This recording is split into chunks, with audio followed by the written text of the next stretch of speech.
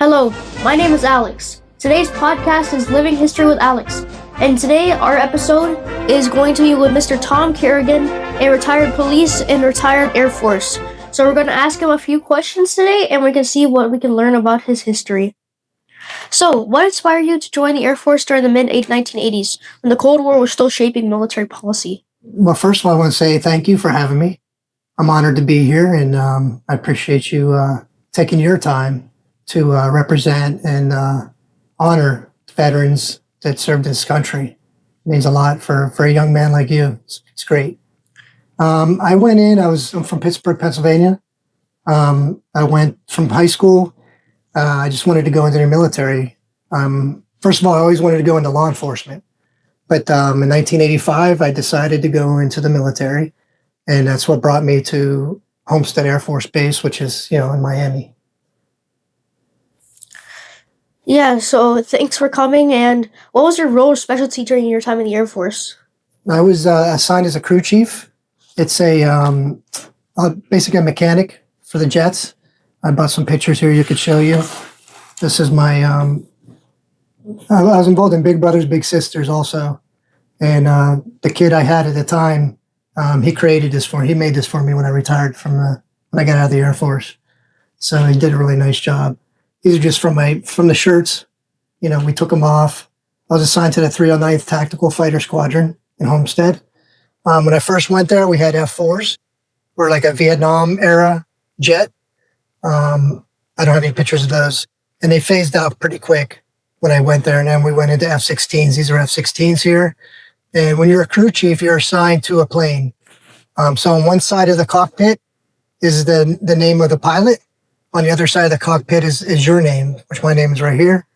And you're pretty much at your aircraft, and you're assigned to take care of it and all the maintenance and all that.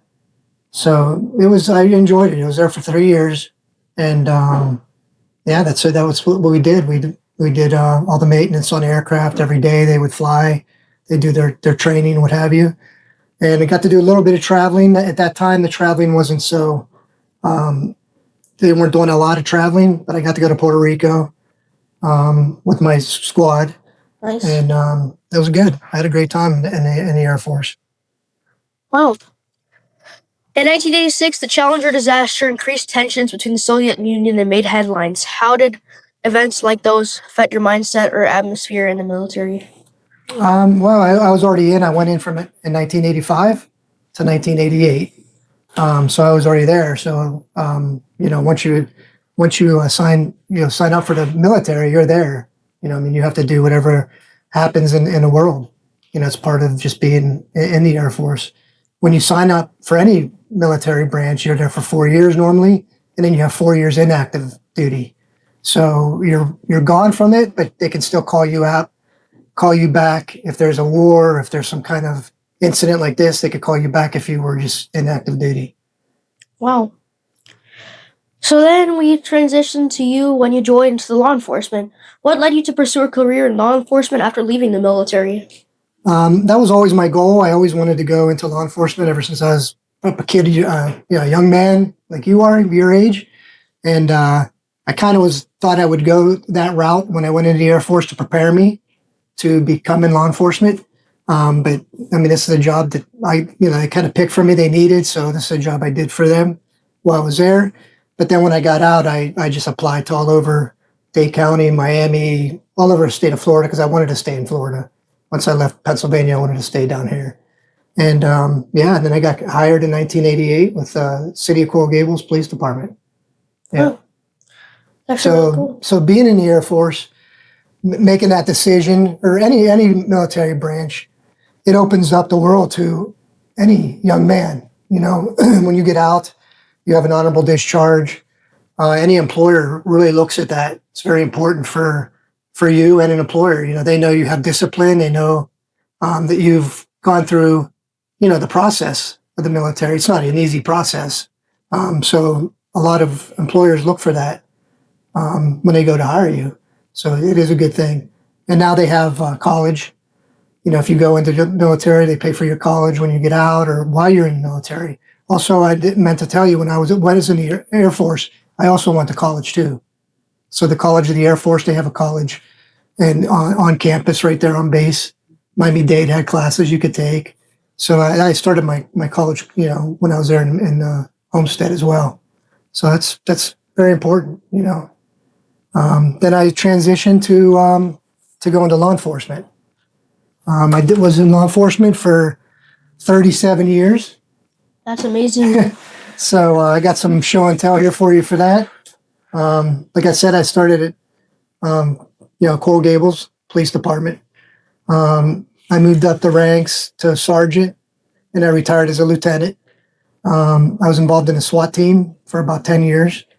Motorcycle unit, which is here. I was in that.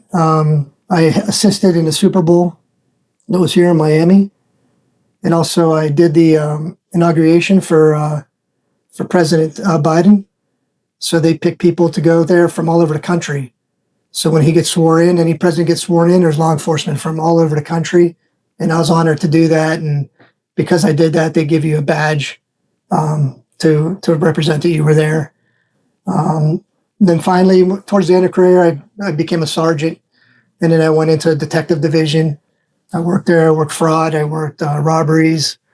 But I had a great career. Then I left there in 2015. And then I went to University of Miami. And I became University of Miami Police Department here. And I became a detective there. And I worked there for about 7 years. It was a great experience working with college students. And I have two daughters that, they're 27 and 26. And they were in college at that time. So I related a lot to the students that were there. And that was a great part of my career. And I ended my career there at University of Miami. Wow. Yeah. Let me just focus on this there. So in the month of October is Cancer Awareness Month, as you know, and you can get a badge made in pink to wear for that whole month. So I thought that was pretty cool to see. Wow. That's why these are pink. It's for breast cancer awareness. So for you police and for Coral Gables as well, what led you to? Were there any skills or experiences from your Air Force service to help you as a police officer? 100%, yes. Yeah. The discipline, just being away from your house, leaving your family, and going into the military is, for a lot of people it's difficult, but it really does make you grow as a man, especially with the discipline aspect of the military. And it helped. It was an easy transition for me from military to police, because it's very similar, you have to be disciplined as a police officer too. You're there to help people, but, there's good and bad people in the world, right? And, it's very important to have police officer and to respect law enforcement, in this country. Was there a particular moment or case that stands out to you especially meaningful? I have several. You can tell me some. I think probably once there was a possible drowning one time in the city, and we assisted with helping that victim. And she did survive the drowning and everything like that. And that, that's when you do, things like that, it's not always, arresting bad guys. It's not always, the bad things. There's a lot of good things that, you do for the community. As a motorcycle officer, I was also an officer in a motorcycle and a sergeant in the motorcycle unit.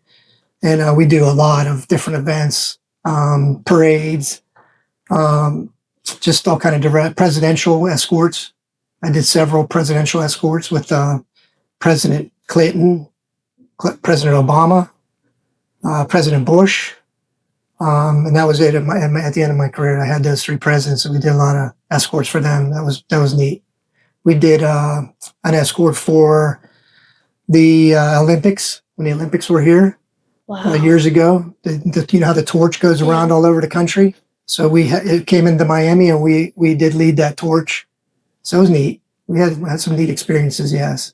Wow, that's really amazing. Yes, thank you. You went through a lot of really cool stuff. That's going presidential escorts and getting to be law enforcement and inaugurations. Right. I think it's really memorable. Oh, it was really very memorable. Thank you. What lessons do you learn from working with so many different people over the years?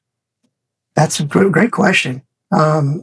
Yeah. So when you grow up, you're kind of like you're tight knit with your people you go to school with and this and that. When you go in the military, you're with everybody from across the United States, Puerto Rico or wherever, and, it opens up your mind to how different people are, how different people grow up. I grew up in a pretty small town in, outside of Pittsburgh. And then I was stationed with two guys from Brooklyn, New York, which is a huge area, right? Yeah. And so their life experience was different than mine when I was 19 years old, But it's nice that you can blend different people and you get along with, you find a way to get along with everybody, and that's one big thing what the military does.